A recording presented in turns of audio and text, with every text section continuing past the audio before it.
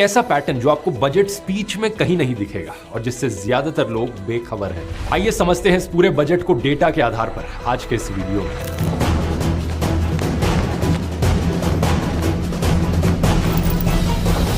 सबसे पहले उसी सवाल की बात कर लेते हैं जो हर बजट में मिडिल क्लास टैक्स पेयर को सबसे ज्यादा मैटर करता है।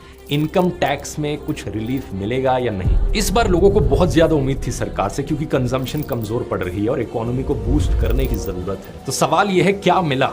इसका सीधा जवाब है कुछ भी नहीं। ना तो इनकम टैक्स स्लैब्स में कुछ बदलाव किए गए हैं, ना ही रेट्स में। बस कुछ ईज ऑफ कंप्लायंस मेजर्स हैं जिससे टैक्स पेयर्स को थोड़ी सी आसानी और हो जाएगी। उदाहरण के तौर पर एक नॉमिनल फीस के साथ रिवाइज रिटर्न्स फाइल करने की डेडलाइन 31 दिसंबर से बढ़ाकर 31 मार्च कर दी गई। इसके अलावा कुछ छोटे छोटे ऑफेंसेस को डीक्रिमिनलाइज कर दिया गया है, जैसे कि ये वाले। साथ ही न्यू इनकम टैक्स एक्ट 2025 को 1 अप्रैल 2026 से लागू करने की बात कही गई है। अब एक तरफ रिलीफ नहीं मिला तो नहीं मिला, लेकिन दूसरी तरफ एक और बोझ बढ़ा दिया गया है।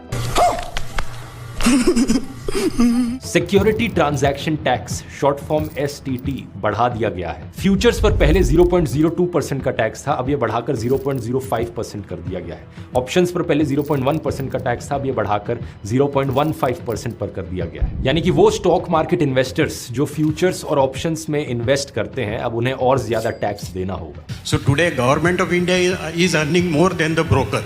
We have इसी की वजह से बजट के बाद इंडिया में एक स्टॉक मार्केट क्रैश भी देखने को मिला। बजट स्पीच खत्म होते ही सेंसेक्स एक झटके में 2800 पॉइंट्स नीचे गिर गया, जबकि निफ्टी में भी भारी गिरावट देखी गई। अब जरा पूरे बजट को एक ऊपर की नजर से देखते हैं कि सरकार के पास खर्च करने के लिए एक्चुअली में है कितना और ये पैसा आ कहां से रहा है। क्योंकि जब तक आप ये नहीं समझोगे तब तक आपके लिए बाकी सारे नंबर्स मीनिंगलेस होंगे।